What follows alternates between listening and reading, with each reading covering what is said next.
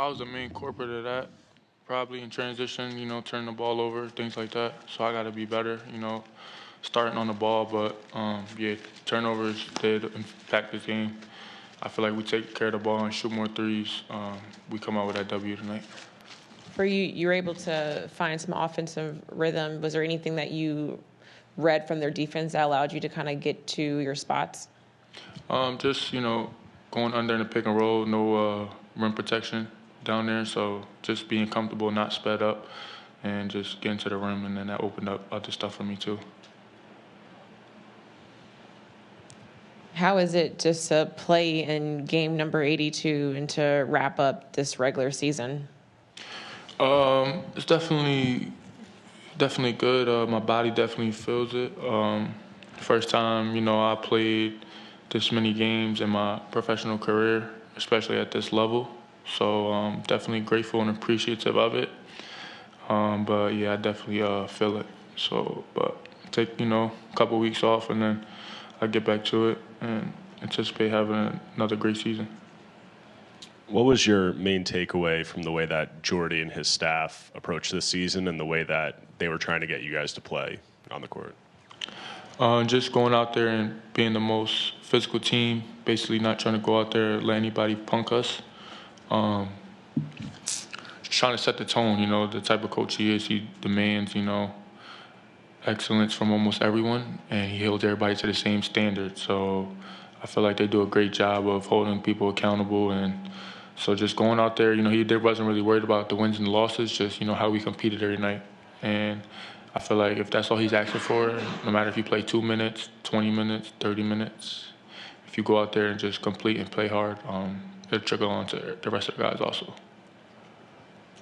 Jordy talks about often how the season doesn't end after game 82. So now that we're here, I guess I'm just wondering, what does that look like for you? Is there anything specific that you want to improve on in your game in the coming off season? Just, staying consistent as a shooter. You definitely got to shoot the ball consistently.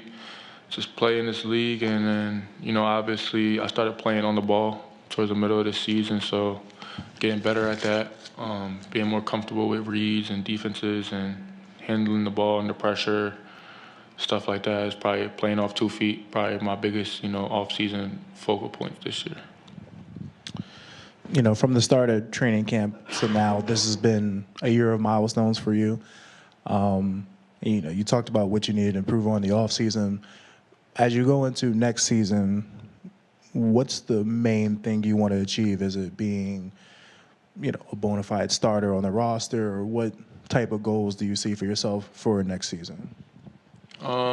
Basketball-wise, I really haven't thought about that. The season just ended a couple minutes ago. But I definitely want to, become one of the leaders on the team.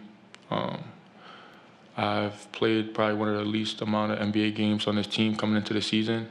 But if you look at our roster now, I'm probably the third oldest guy on this team. So I played a lot of basketball still. And I feel like using my voice, I feel like I see the game well.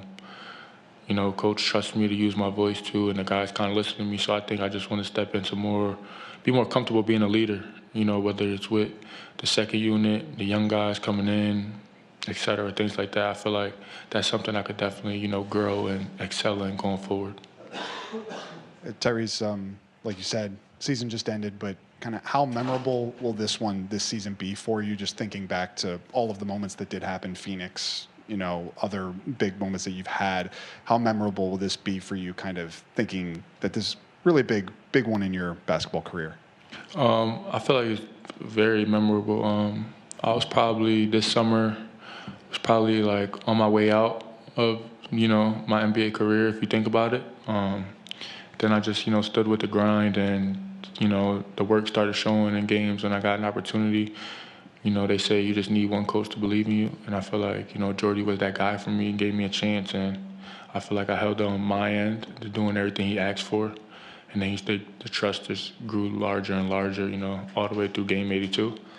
And I'm grateful for that. And, yeah, my first NBA season that I feel like I played a lot and had a major role and an effect on games.